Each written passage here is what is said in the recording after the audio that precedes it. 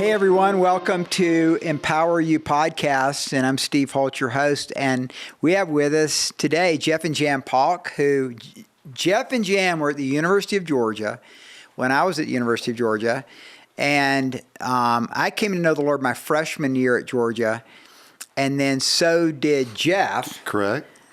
But Jeff was 2 or 3 years younger than me. 83 graduate. Okay, 81 graduate. 81, so two. 2 years, yeah. And then Jan, you were already a strong believer, right? Or did you? No, actually, I came to know the Same Lord. time. At Georgia Yeah, we too? didn't know each other, but at the same time that Jeff did, basically. Because then Jan, this is the funny part, is that Jan had as one of her roommates my brother's future wife. So I heard about Jan. She probably heard about David through Dee Dee and all that. But so we weren't quite as connected, but Jeff and I were because of athletics. So I was on the gymnastics team, and Jeff was on the football team. He was a quarterback at Georgia, and I was a gymnast at Georgia. Here's what's interesting, Jeff and Jan, because you might not even thought about this, because I didn't think about it until recently on a set of posts that I was doing in relation to a blog that I do. Uh-huh. So with the Asbury, some stuff happened in Asbury, Right. things like that. I wrote on revival and revolution, how revival is often the spark to a kingdom of God revolution. I gave examples in scripture as well as historical stuff. But on the first one that I did, I was asking the question, as it were, how do you define a revival or an awakening or something? So I went through these different experiences in my life that I've been through. Well, one of the things was what happened at Georgia, Right. like from 76 into the early 80s, that no one would ever call it the UGA revival or something Right. like that. But the reality is a lot of us really came to know the Lord. Absolutely. And it was pretty much a groundswell. I mean, there was a lot of people coming to know the Lord. And yours was more with Fellowship Christian Athletes in that arena, and mine was Campus Crusade for Christ. But then this would be a great lead-in. But on the gymnastics team, there was one guy that was a believer, when I got saved, okay? There was a guy on the team, an all-around gymnast named Mike Stabler. Mike Stabler had been the state all-around champion the year before I was a state all-around champion at the same school, at Clarkson High School. Big partier, drug guy, everything. And so he gets a scholarship to Georgia. Then I get a scholarship to Georgia. But when I get to Georgia, he's not there. He's gone. He was there his freshman year, but he's gone. And people said, oh man, he bombed out. Awesome gymnast, but he was on drugs and everything. So I didn't know what happened to him. Right. Well, halfway through my sophomore year, he shows up again. He shows up. Here's what he did. He went all the way to California. He was in a Volkswagen van. Okay, Painted. 1976, Big 77. peace sign. He falls. he finds himself in a Christian commune. Wow. Jesus People Movement people.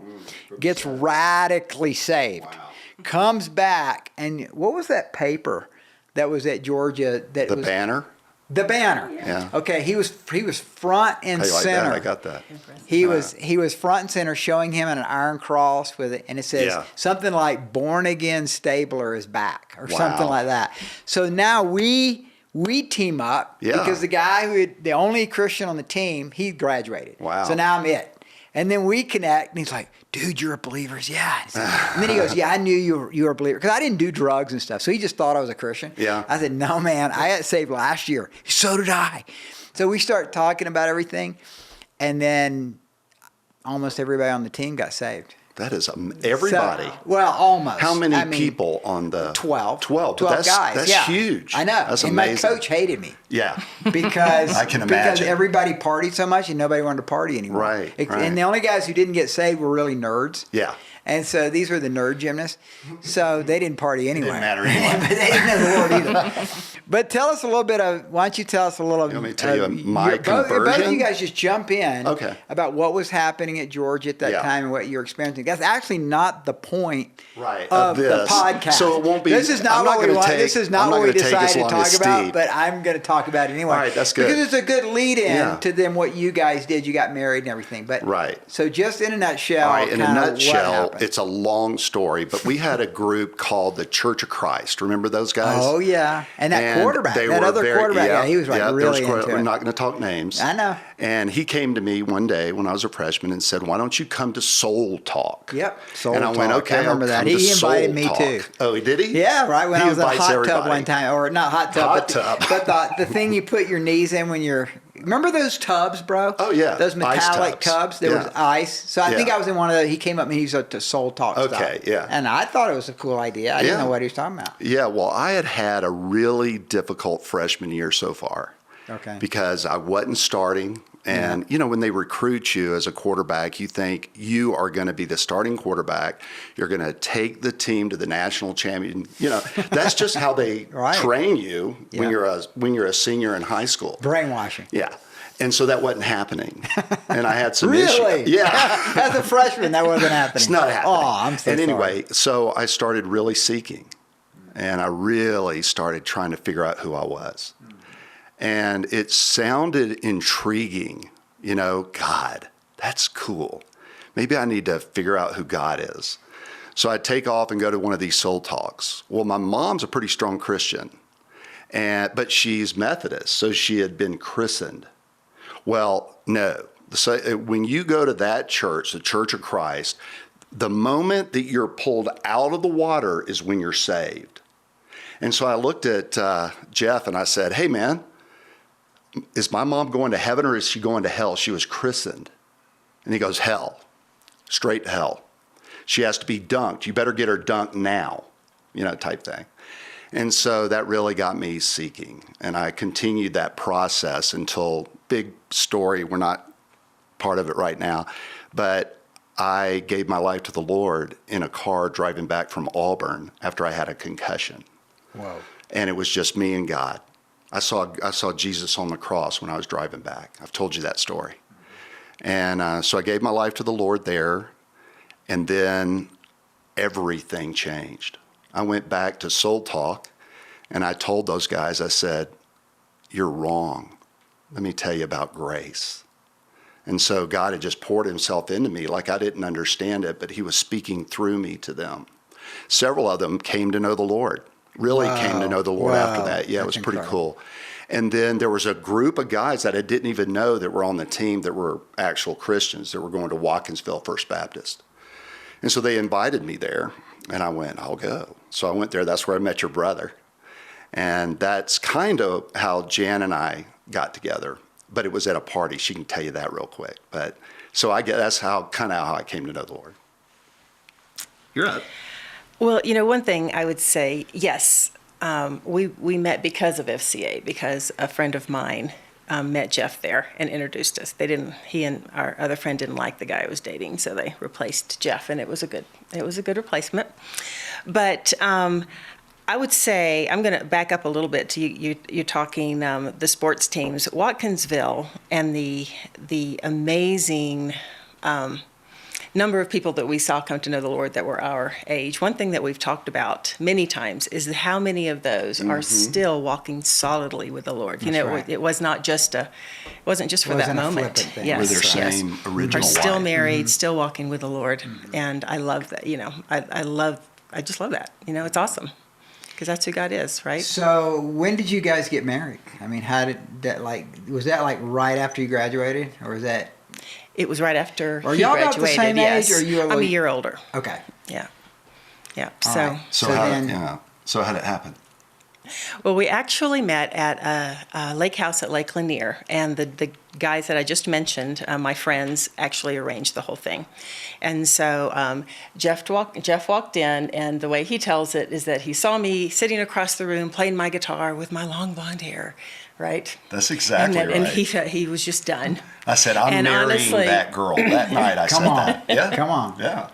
Yes, and I didn't really know much about him. I knew he was on the football team, but I didn't care. She didn't care about And so football. that was very appealing to him because I was not just swooning because he was a football player, right? I really didn't care, and God in his wisdom did not bring us together to that point either, because he was we were both from Marietta, Georgia, and he was Mr. Quarterback in Marietta, swooned Georgia. anyway, didn't But I you? didn't, and I'm not telling that part. And then, so when I met him, I didn't know any of that background that he had. So that was a huge, good start in our relationship. I loved him for who he was.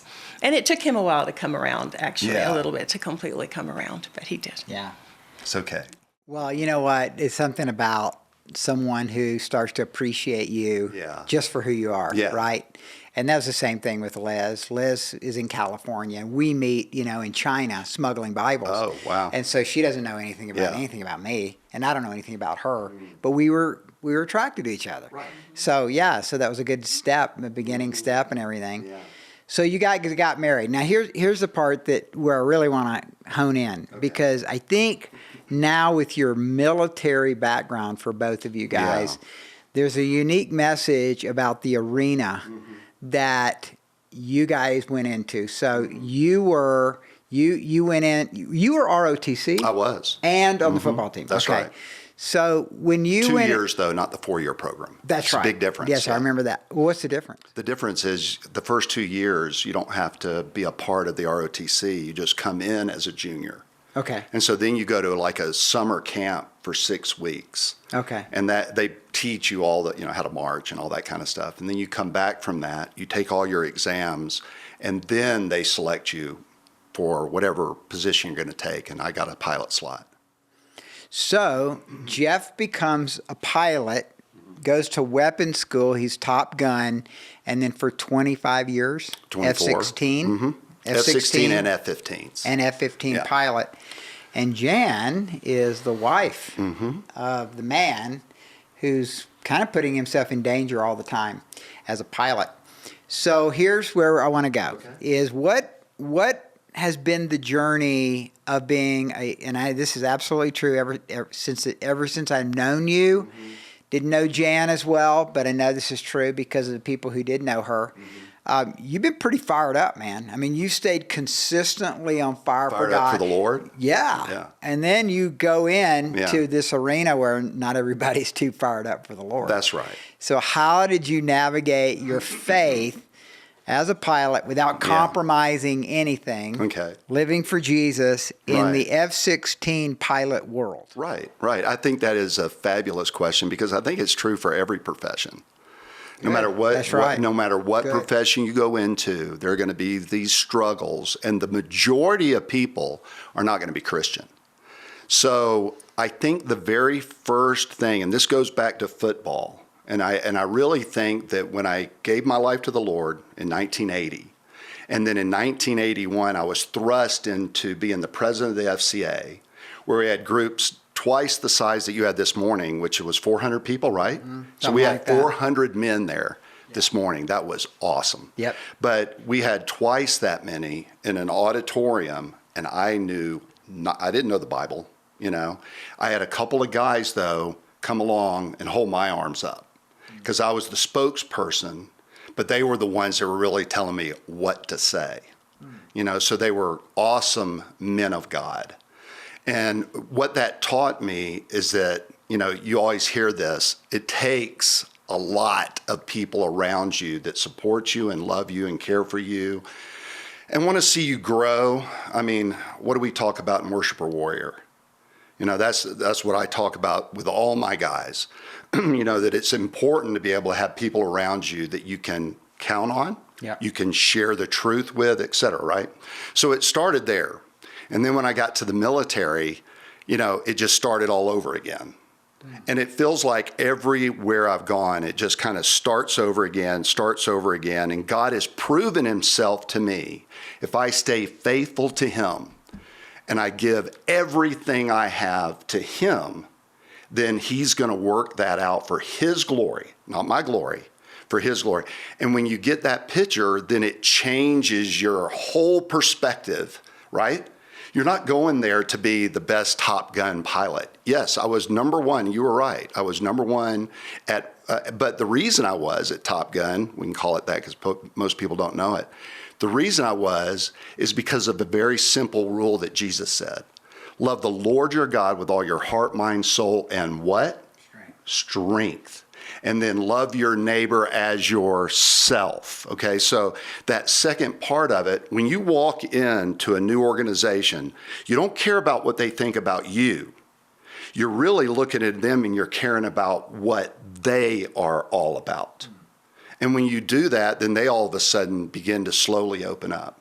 There might be a little persecution, not much for me, it hadn't been. But what ends up happening is these guys are just attracted to truth. The truth will set you free, right? And so these guys come in and what they want is truth. They don't want you to go, let's go party, let's go here, let's go leave our wives, let's go run around over here. That's terrible. And they know it when they lay down. But when you talk to them, you're talking to them about truth. And that is attractive.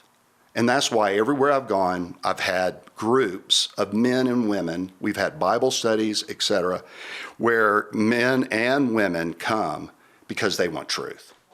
So you're talking about blood-stained allies. You're talking about having blood-stained allies. Yeah. When you were in the pilot world for all those years, tell me about the kind of atmosphere that is. Those kind of guys are pretty driven. Mm-hmm. They're smart. There's kind of this persona that I've heard of kind of the pilot jock, the fighter pilot jock especially. And I guess I kind of put them in that same category as sort of like Navy SEALs or special ops. Yeah. It's a different kind and a different caliber person. Mm-hmm. I would think they're pretty self-made guys. They're pretty confident of themselves. They've been successful at what they've done. So how did you bring Christ and your witness into that environment? Well, I'm going to correct you on one thing. Okay, please correct me on a lot of things. Yeah. But the most successful people, the richest people, the ones that you look at and think they all got it together are the most confused if they don't know the Lord. And the reason is because they've tried to itch that scratch along the way and it never does go away. And they try for one extra or one more flight, or I just got to get that one last award, or I got to drop that last bomb. And after it's over, it is over. It does nothing for your heart. You might like it for a minute. Everybody might come up and pat you on the back like they did Maverick, and that kind of thing. They may do that, but as soon as you go lay your head down on the pillow, it's over. Now what's the next thing? Right? So I find that people that are very driven, that are entrepreneurs, that are very, very successful, are some of the easiest ones to talk to when you really get into them. When they know this, when they know that you care about them and you're not just trying to get something from them. Does that make sense? Yep. So when in a fighter pilot unit where you know that you're preparing these guys to go to war, you're preparing them to cross the DMZ or the bad guy land, right? And they're going to go across there and they possibly could get shot down. That is critical to have a unit, a bunch of guys that truly believe in each other. And the best way to do that is through the Lord, no doubt. And I let them know that. Mm-hmm. And so many come to that. They just see it and they go, I want that. I don't care about this anymore. Yeah. So Jan, you're a pilot's wife. You didn't sign up for this, but then you got married because you fell in love. So how did you navigate any fears? Or any, concerns? Because I just think of pilots being subject to a plane, and a plane can malfunction. There's just so many components involved in a pilot who's also one who's a combat level pilot. So these are the best planes in the world. And you guys probably saw some people die out there. So how did you navigate it as a Christian, as a Jesus follower, any kind of sense of concern that would have been on your heart because of the kind of job that he does? Honestly, and it sounds so very simple. Well, first of all, I will say he was really good, so that was helpful. I knew that I was very confident in his ability, but I really don't remember ever being fearful because I was convinced that this is what we were supposed to be doing. I was convinced that God had been in all the planning. There were some really amazing things that happened to get him to where he was, because he didn't start on the first, most efficient plan to be the F-16 pilot. And so God really worked some miracles in there.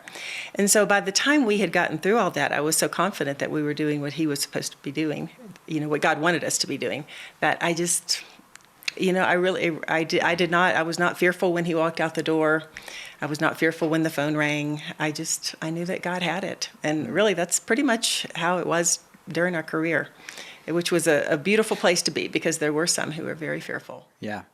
So how did you communicate love and support to other wives that didn't have that faith and were kind of eaten up maybe with fear? Right. There were, questions at times, sometimes a little aggravation, honestly, because they saw the peace in me, the calm, and didn't understand it. So that was honestly a little frustrating for some. I remember that along the way. But, it was just little conversations. It was just being together. We were very close, especially, when you have a squadron, especially back then when there were no cell phones and no Skype and that kind of thing. Our first operational assignment, which was almost 5 years in Germany, the Cold War was still going on. There was a lot going on. And there were just moments always, because we were such a family. That we had, the wives did a lot together, the families did a lot together. And it's really just, I really can't point to one thing. There were definitely Bible studies and going on. But in fact, we had a very strong couple study at that point. Mm-hmm. And then I was part of a real sweet, we called ourselves the M&Ms, Marys and Marthas. The military wives were all the Marthas, and we had one civilian who was a Mary. So that was pretty fun, yeah. And that was one of the sweetest times, honestly, that I've ever experienced, was in that group. So the couple study was pilots and their wives? Yeah. Mm-hmm. That's great. Yeah, and everybody in your squadron, these would be guys in a squadron? a lot of them. Okay. It just kept growing and growing and growing until we left. It never stopped growing. It was a wonderful thing. But I want to add one thing for Jan. I would have a lot of the pilots say, "Hey, can Jan talk to my wife?" And I would say, "Well, I think she is anyway." "No, I need her to talk to her today." Like before a deployment. Yeah. When we were going somewhere that we couldn't really say where we were going. Yeah, right? Yeah. And so think about the fear there if you don't have that kind of faith. Yeah. Jan is like the absolute perfect military wife, because I've never seen her fearful. No matter what has happened, I've never seen her afraid or come to me and go, "Do you really have to go? Can't you just stay here? I need you here." I never heard that out of her lips. That's amazing. She was the most supportive wife that anyone on the planet could have, and she still is. Now, did that change any, not your demeanor, not your faith, but maybe your outlook when kids came, 2 boys? Good question. That is a good question. I will say no, as far as the fear factor, but it was very different as far as him being gone as much as he was, and not just being me.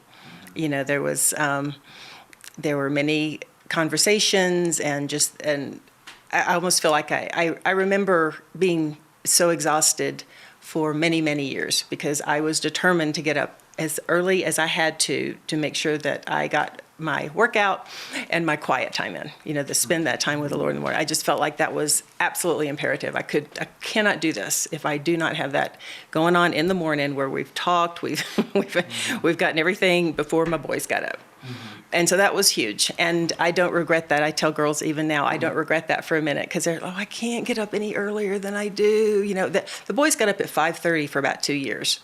In Alaska, where it's not even going to be light for 40 minutes sometimes. It's just a little bit cold.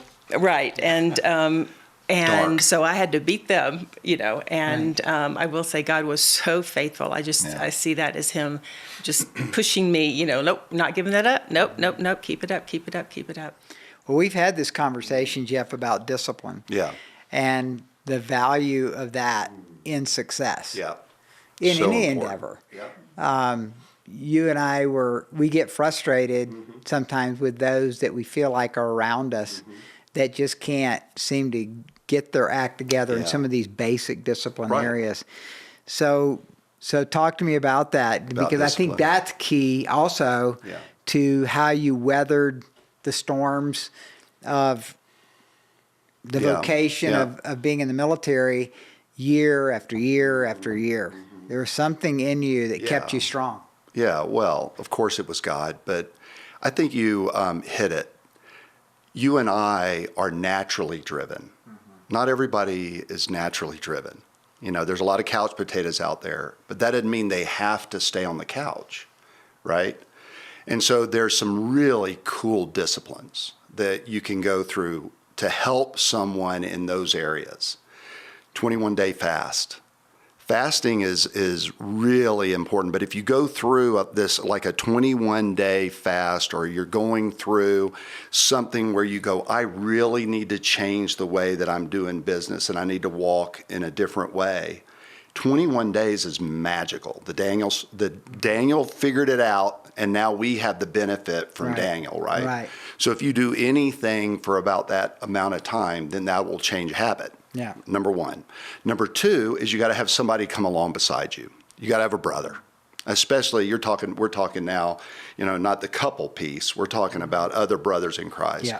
So if you have someone that has strengths that you don't have, where one is same true for a marriage, is where one is weak, the other is strong. Absolutely, that's a big deal. And so you come along beside someone, but you got to be consistent, and you got to do that. So the leader, like in Bloodstained Allies, let's say, or a worshiper warrior environment, has to do the same kind of thing. In the pilot world, most of those guys are really driven. I mean, really driven. So if they see the benefit, so if they see your life, if they've caught it, it's not taught, it's caught especially in the military world. They look at it and they watch you very, very carefully. And by the way, anything you do wrong, or anytime you slip up, or, you say, they are all over you. Like one cuss word, let's say, if you got frustrated and you said one, or something like that, dude. You never cussed, did you? Oh, you ever said a me? cuss word? Nah, Okay, good. Are we on Smart air? joke. Can we stop Yeah. it for a minute? We're gonna ask Jeff what was his favorite cuss word. No, we're not gonna do that. Get away from it. But anyway, the bottom line is that it's never impossible for someone that isn't driven like you and me. But we get frustrated, and that is the problem. It's really me and not them. And you really got to see that as a leader, because we all have different gifts, right? I mean, some people can play like this guy. I mean, we just got all these different gifts, and if we come together and we help each other, then you're going to have a great squadron. And that's kind of what I saw, is a great squadron. So you got to get rid of yourself a lot. You can't do it the same way that I do it. I mean, I'm 6'1" and you're just messing with the thing. Anyway. I resemble that comment. Okay, I think I got my point across, though. Yeah. Well, we're all For different, right? And we're going to approach things differently. But at the end of the day, discipline carries us through, because that's those small things. Yeah. I think there are always those small things that we do that win the day, and that builds confidence in it. So if you're out there and you're listening to this and you wouldn't necessarily classify yourself as very disciplined, you need accountability. You're going to need some bloodstained allies. You got to grow in that, because some of us just weren't raised that way. I think most collegiate athletes are some of the most disciplined people I've ever been around. I agree with that. And they're the most successful. I mean, this percentage is huge about those who run companies and those who make a difference later. Usually we're in some kind of a disciplined environment during their collegiate years. So we get that. But that may not be true for some of you. And you can change. It's called neuroplasticity. I mean, you can change the way you think. You can rewire your brain by making a choice to start disciplining yourself. Yeah, and I want to add one thing to that too, is that over the years, just all the many people that we've ministered to and been around, you especially as a pastor, it's critical that the individual that you're working with knows that he is a beloved. He is a saint. He is a child of God. Amen. And God loves him just exactly the way he is right now, bar none. He died on the cross for him, just like he died on the cross for me. All those things that are so important, and when you talk with someone that needs help in some area, it's really good if you have areas in your life that you're working on that you can share with them. Yeah. Don't be this Mr., Superman. Right. And people look at you at that anyway. Yep. Okay. If you're a disciplined guy and you do this and you're leading a study and all this kind of stuff, all these people are looking at you as Superman. You're not Superman. And we are all sinners. And we all need Jesus Christ every moment of every day. And by the way, my very favorite guy, I think is yours too in the Bible, is David. Well, how'd it go for him sometime? Love your book, plug the book, because it's my very favorite of all. Well, Jeff, go there. I mean, where do you think transparency and vulnerability plays a role in being in community with other guys? Let's just talk about men. I actually think women are way more together on the vulnerability factor. I mean, you go in I was in a coffee shop, an hour ago, and I always just scan the coffee shop whenever I walk in for various reasons, but it's almost like a mental sort of survey that questionnaire I'm doing in my mind. And it's always about 85% women that are in a coffee shop, and they're all like facing each other. The women are and they're talking. Yeah. They're actually talking and stuff. They've got their little coffee mug, usually kind of like this, which is the way they do it, and they're just really talking and everything. And then there's no guys doing that. I mean, I was the only guy with this guy I was with. Him and I. Yeah. He had his lady with her, his campaign manager. This is a political guy. There, and then I had my public policy engagement director with me, so two ladies. So seriously, I'm not kidding, man. It's amazing. We sat down, and first 15 minutes, this other male, and that's who we came to interview to talk. Yeah, he and I never said anything. Oh, the two women just yacked it up. So at one point I actually looked at funny. I kind of did it like she's here, and I kind of went like this, just so we didn't come here for you guys to talk. Right. But anyway, then the guys that are in there, the men, they've all got their laptops open, so they all got. So here's the deal: guys are into things, and women are into relationships most of the time. You can't stereotype everybody, but in general, that is the way it is. So, do you agree with that, Jan? I mean, would you agree that women are better at relationships and better at communication? I know, I'm a little weird, verbal? but yeah, that you are. Yeah. So then, were you guys ahead? I mean, did you find that some of the wives, were maybe a little more spiritually inclined than their husbands were in the squadron? That's a good question. Yeah, to some degree. Yeah, still.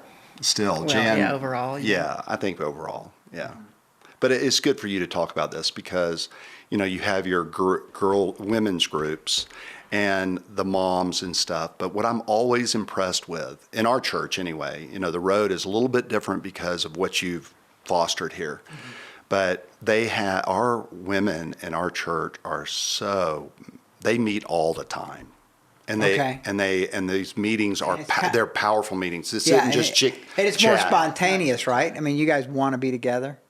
Yes, we we do. have to force. Yeah. We Yeah. almost have to force guys together. We You have do. To, we have to entice them with food. Right, and it works. Yeah. I'm gonna do food this, works. brother. It's gonna happen in Canton, Georgia, just If like we- you're doing. if we I had- I if just we gotta had- get a Ricky Bobby. If we had 2 less meats, Yeah. probably we could empty that place. They don't come to hear me. They No. don't come for the table. No. As much as we spiritualize it and say that, they're Yeah. like, it's the grits, it's Yeah. the ribs. So for you that don't have a clue what we're talking about, which is virtually 100% of you out there, we have this ministry at the Road, and you can watch it live. You can stream it on YouTube. It's called Wholehearted Men, or you can put the Road at Chapel Hills, and it's Wholehearted Men. And it's live, so you can watch it. I only speak, I'm usually the speaker, but sometimes there's others, about 15 minutes, about 400 guys in there. But what you don't know is that when they got there, they line up. Mm-hmm. They line up at 5:45 to be in line to go through this Gauntlet. this gauntlet of food. It's like something like you've been to some buffet, right? Yeah. Like a buffet of Yeah. food. And it's got smoked, it's got pulled pork, it's got brisket, Can you it's believe got that? ribs, it's got grits, eggs, biscuits, gravy, They were the best grits. Georgia grits. everything. It's unbelievable. So It is. we laughingly say that's why they really come. That's right. But here's the thing, guys, I would think we're driven into the Lord partly by what they did. The fact that they were in the vocation they wanted to be. And you guys were more shoulder to shoulder. So I always think of guys as more shoulder to shoulder, and women are more eye to eye. So they look That's a good like point. I yesterday. totally we agree with weren't that. even, half the time we weren't even looking at each Right. other. We're We were just looking talking. at the fire. That's right. That's why you need a fire pit. By the way, if you don't have a fire pit in your church, Get then one. it'll never grow. Your men's ministry will never That's grow. right. You got to have a fire pit. But guys need a fire pit. Women need a cup of coffee. But so tea. how or tea? That's right, tea. So Jeff, how did you synchronize Yeah. what you guys did, which is critical because that's the reason you're there, with your faith, with them? That's a really loaded, let's call it loaded question. I go back to, it has a lot to do with them watching. They're watching all the time. Very observant pilots, very observant. Obviously, they have to see things. But they're watching you because, first off, have I shared with them? And what have I shared with them, right? So after that, there's a period of time where they're really watching and saying, I wonder if he's doing what he just told me we should be doing, and they are critical. Pilots are the worst because, you come back from a mission, and I'll tell you guys this, I have never been on a perfect mission, not one. There's always mistakes made, and that has given me more opportunity to share Christ because I'm able to dive into their heart and just say, we aren't perfect, and you just proved it to me today. You see what I'm saying? Yeah. And so you don't have all the answers. Where do you go get those answers? So that piece really holds kind of the glue initially. And then as they watch you, then they start the inquiry. They come back, they do this to Jan and I both. And both, they'll come in and say, well, what about X? Well, you better be ready to give an answer then. I think 1 Peter 3:15, is that it? You have to be ready to give an, But how do you give it? With humility and gentleness, and there's a lot of different words that different Bibles use, different interpretations of that. But really what it is you're ready. So do you know your word? And when they ask a question, if you don't have it right then, it's over. They're gone. That's just how a pilot is. And he goes to the next thing. He has to go to the next sortie. He has to get in that, So it's the same mindset. So you're now retired. Yep. But you're training pilots. That's right. With the F-35. Correct. So how is that continued in that role? Exactly the same. There's no real difference. The same questions, the same. It kind of goes over itself, I think, no matter what group I'm with. That's that intense, kind of pilot types. So it's exactly the same, and they're intrigued. Most of the guys that I work with that are the instructors are older, so they're out of the active force. So they're looking at what does the end look like now. So we're much more talk about that. Kids are gone, or kids are about to be gone. And so we're talking about that and grandkids and all that kind of thing. So it kind of takes on a different, subject matter, but it's the exact same thing that you're really getting into, right? It's a matter of the heart. But I would say too that you were have always been you always did things to build relationships. I mean, just like Friday night at the club, that's what pilots do. Cool. Right? Yeah. Period, full stop. Mm-hmm. And there were some Christians, just a couple, I guess, in each squadron that didn't go. That, I'm not going there because they drink. Right. We're not going to do that. Right. But we always went. And we left when they got really drunk, right? But in the meantime, you're building relationships. Drove them home. And that's true. The spouses would go, but you're building relationships, and there are also rules. Like he had, a rule for, and they knew it. He would have. Like, when I was a squadron commander, one beer or two. You had he had disciplines there, and they knew it. The one beer kind of discipline. Right. There were a set of rules.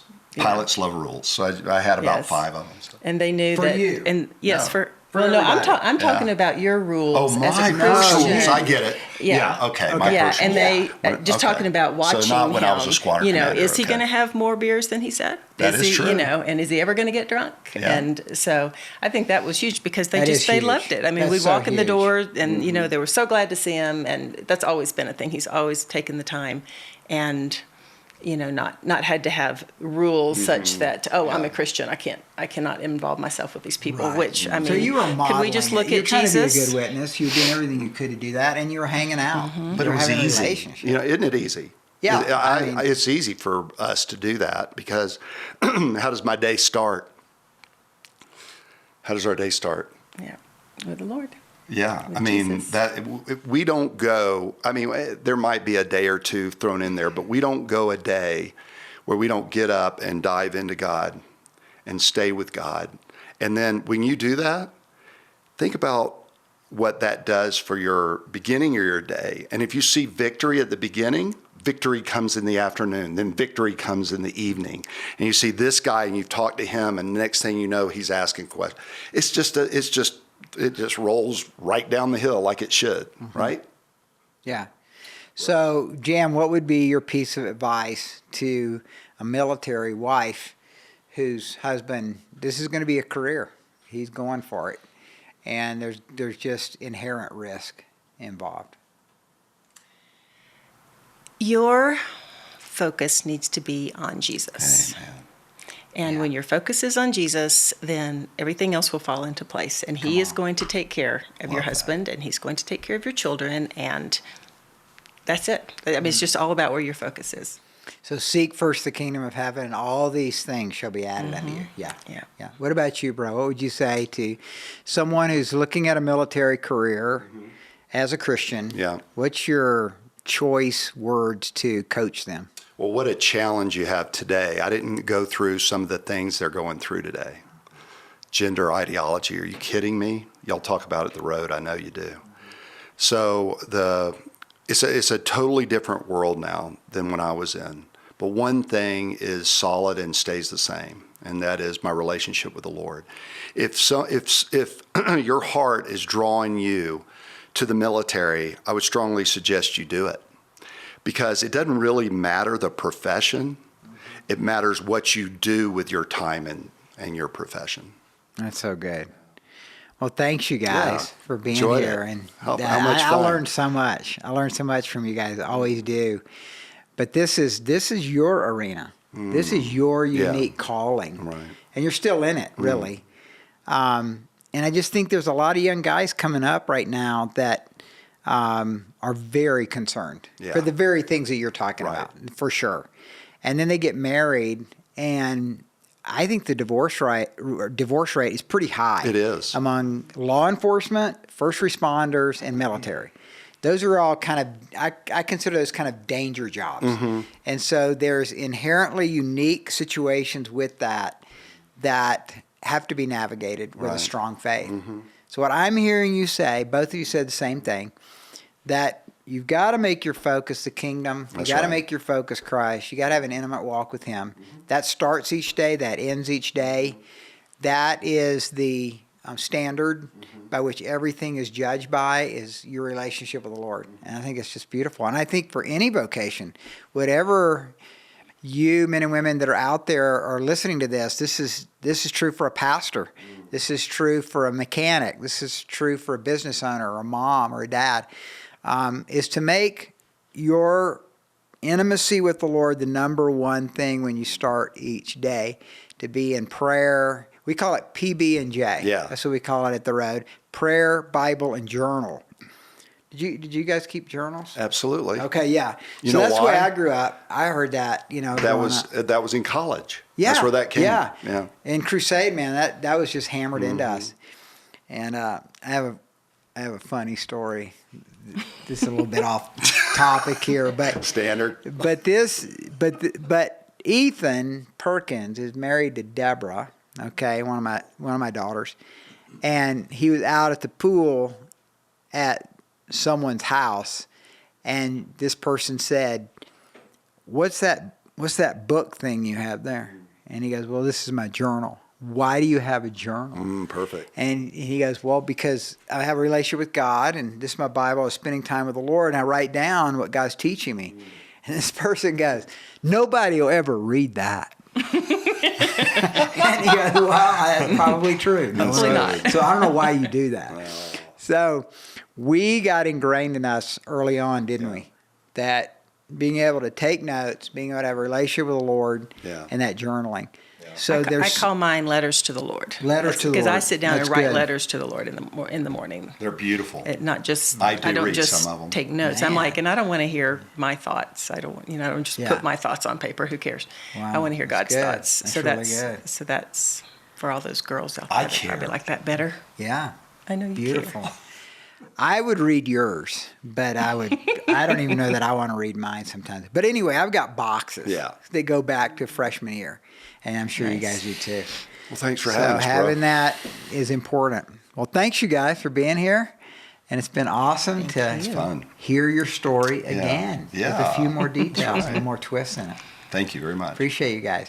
So welcome again to EmpowerU, and this is what we do on the podcast. We interview men and women who have an impact and are trying to bring the kingdom of God revolution into that arena. So this has been Jeff and Jan Paulk. So thanks you guys for being here. Thank God you. bless you guys. Yeah. Thanks.